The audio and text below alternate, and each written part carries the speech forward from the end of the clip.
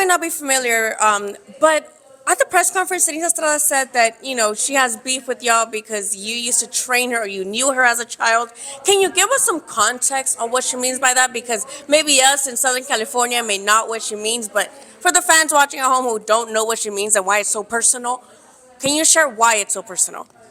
I mean, at this point, it shouldn't be personal at this level. But if we take it back a little, a few years back, I still consider a friend, but guess not, right?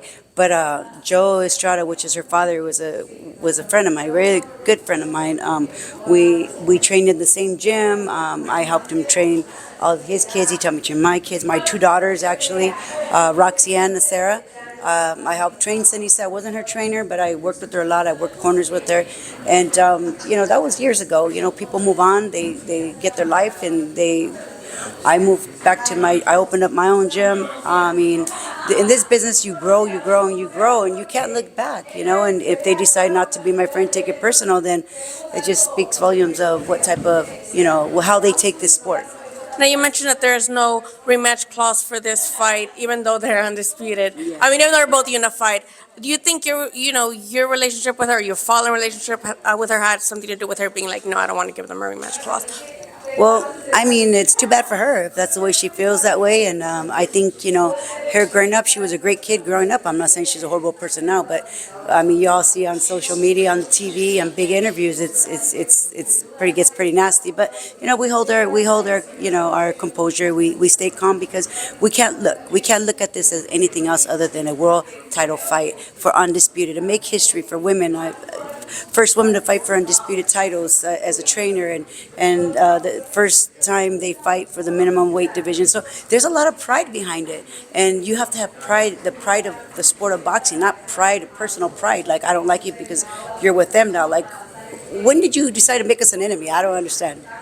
Right? Now, you mentioned, it's Women's History Month. Do you think after they fight, they're gonna maybe be friends?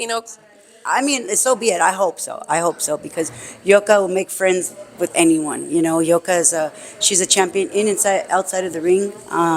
She's very graceful. She shows respect to everyone, and she respects the sport. That's what she knows. This is just a world title fight. Undisputed. Make history. Let's go.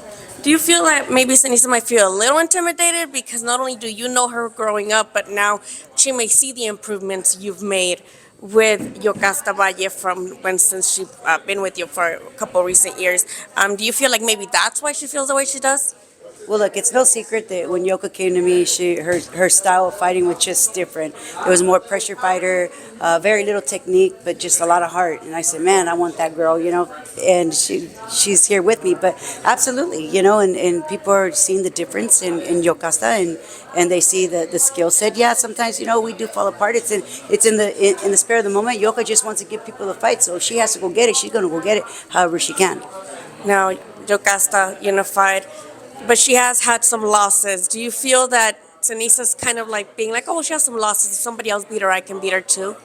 Look, if you go in somebody else's backyard and you clearly beat them and you don't get the win, we all know what that's about. So stop it. Just stop. Stop.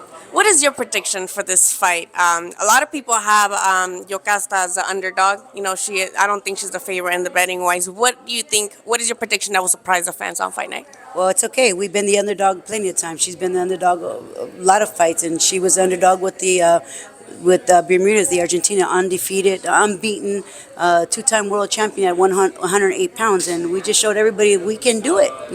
Yoka has what it takes, and if Estrada's upset and angry and jumpy, it's because she knows what she's got in front of her, and she knows March 29th. She knows what's going to be in front of her that night. Now, March 29th, we also have another one of your fighters, Kid Kansas, Alan Garcia. Talk to us about him a little bit. He's eating. I would tell him get over here, but he's enjoying his meal. I saw him eating pizza the other day. Talk to us about this beautiful camp life where you get to eat pizza as your fighter. Well, first of all, I made the pizza. My daughter and I, she invited me. We made organic pizza, and carbs are good for them. And I know how hard they work. And Kid Kansas is that type of kid where Alan Garcia is like. They said, when is he ever out of shape? I said, when he has a 6-pack and not an 8-pack. Come here, my boy. He's over here eating spaghetti. So, you're going to be in the undercard March 29th, making your top rank officially as a top rank debut. You're here eating carbs. What do you tell people who say fighters need to not eat carbs before the weigh in? I said they don't know what they're talking about. Just do your job. Do what you're supposed to do. I can eat carbs because I work out and I don't have cheat meals. You need carbs. You need your energy. Nah, you want to eat good carbs, but you don't eat bad carbs. Show them the you know? six pack, eight pack. So, There you go. but I'm in shape. I feel good. I'm good with my weight. So Give me your prediction with your stablemate Yokasta Valle, March 29th. You're on the undercard, but, after your fight, you're going to be chilling watching her fight. What's your prediction? my prediction is that she's gonna become the undisputed champion at 105. It's a great fight. Don't get me wrong, and it's not a cakewalk, but she works hard and my coach works hard, and I get to see the grind and the opportunity come to life, and it's great. They've been chasing ever since I've known her. They've been chasing this fight, so it's good to see it finally be in the works and finally happening. And now it's just time for her to go out there and do her thing. I think she's gonna win. I know she's gonna win.